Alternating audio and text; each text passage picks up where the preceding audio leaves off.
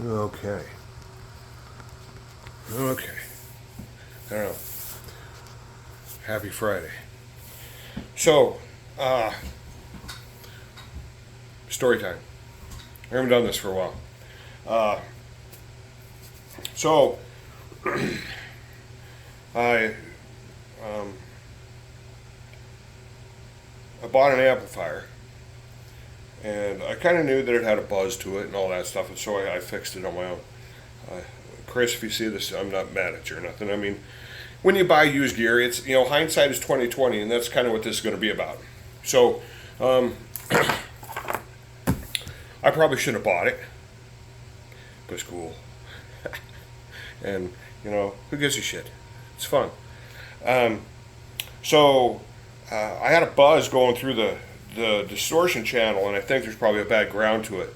And so this thing weighs 80 pounds. Instead of shipping it back to somebody and have them fix it, I circumvented the system and I fixed it on my own.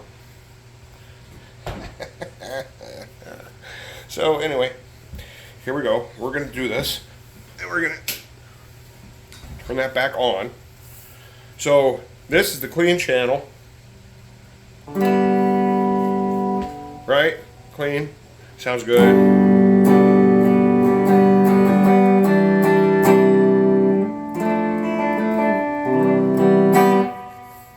It doesn't have a buzz. Hear it? So the other one, the other button, when you hit it, you could hear it humming if you watch the other videos. Anyway, so I got a distortion pedal. It's a rat distortion pedal, and it's got your distortion percentage, your filter, your volume. It's pretty slick. So all you got to do is you run it into your clean channel, the one that's not buzzing, and then you hit the button.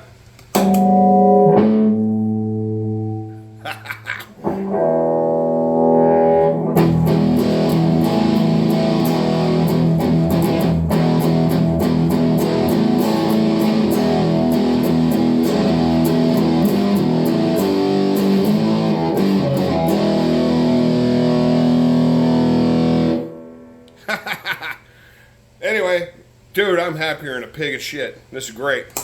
Okay. I'm going to be screwing with that a little bit. I'm still teaching myself how to play since I smashed my finger. So I'm just going to sit here and I'm going to have a beer and I'm going to tell you a couple stories. So,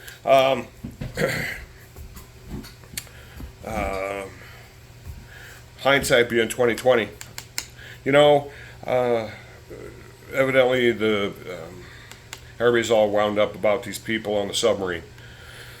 And my thought is this, man, you take a chance at having something happen to you when you walk out the door. When you get in the shower, the chances of something happening are, it could happen. And so I don't know, you always have that little person on your shoulder kind of telling you, man, dude, this isn't a really good idea. Or, you got that thought in the back of your mind. Listen to your intuition, man. I'm telling you. Just do it.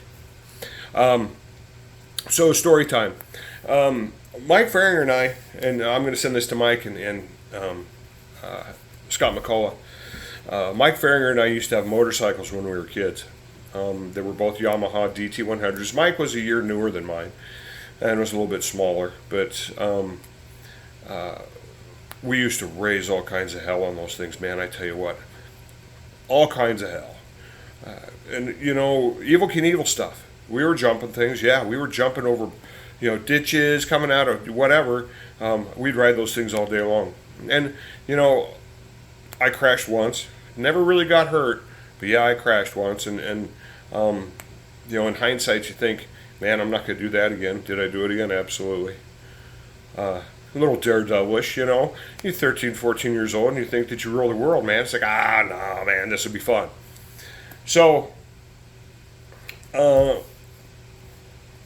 married Marcy, and we were living, god dang, I think we were living in Sterling. Anyway, I wanted a motorcycle again. And I wanted a crotch rocket.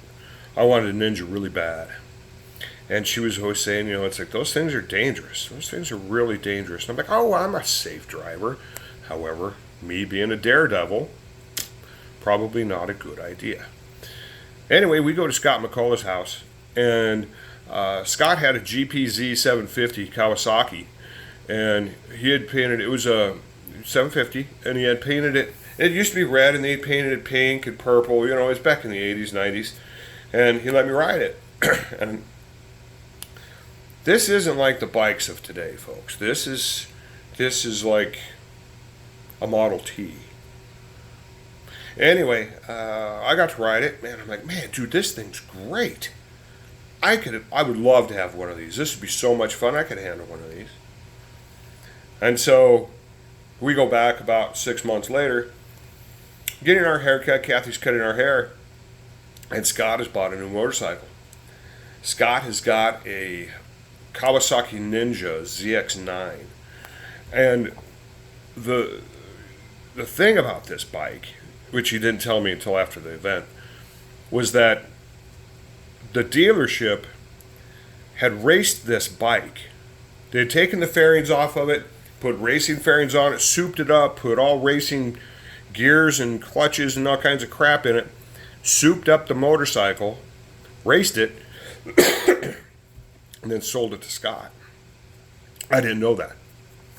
And so, first time I saw it, I'm like, dude, can I drive it? And he says, no, but I'll give you a ride on it. And I'm like, oh, okay, well, whatever. So he hands me the helmet. And I'm like, what do I need a helmet for? And he says, put the helmet on or you're not going. I said, okay. So I put the helmet on, and, you know, he gets on, and then I climb on the back of it. And we go tooling out. You know, there's a stretch that's probably 3 blocks long, maybe. That is just a straightaway. And we come pulling out there, and I've got a hold of his belt loops, you know, because I didn't want to, like, hold on to him. And he says, are you ready? And I said, yeah, dude, I'm ready. And I don't know exactly how fast we were going, but Scott gave me the business, man. I mean, it was wah, wah, wah. I don't think the front tire touched the ground the whole time we were on it. I don't know how fast we were going, but by the time we got to the end where we were going to turn, my arms were around him, and I was squeezing him to where he couldn't almost hardly breathe. I was scared shitless, man, I tell you what. And so we go around, and, you know, we're doing these turns, and when you ride a motorcycle, you're supposed to follow, you know, the person so that way you're not battling the weight. Dude, I was doing the exact opposite, man. Dude, I was scared to death. And he did it on purpose. And so we get back to the house, and he pulls into the driveway, and he puts the kickstand down. We get off, and he's laughing. And I took the helmet off, I handed it to him, and I was shaking.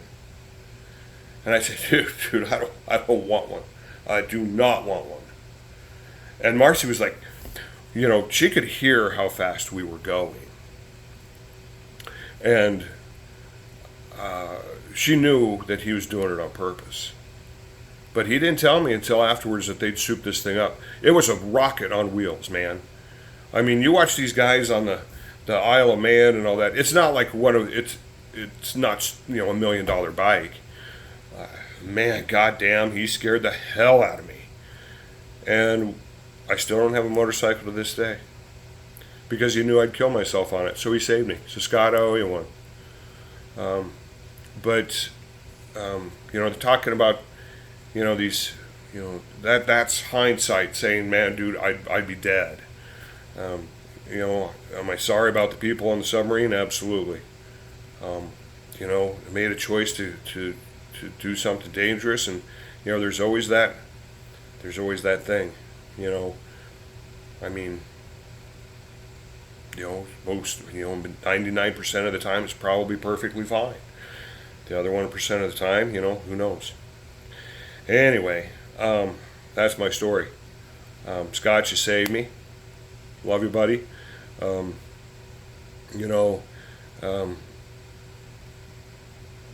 if I ever get a motorcycle again or anything with an engine like that, it's going to be a four-wheeler, so I can go look for rocks. I don't need stuff like that, man. Or an amplifier, get another amplifier. Anyway, I just thought I'd share that with you. Happy Friday. I know this is a longer one, but I've been planning on doing that for a while, and I just haven't. My sinuses have been jacked up. Had the golf tournament this last weekend. Sucked at it. But anyway, everybody have a glorious weekend, and we'll talk to you later if I can get this thing to turn off.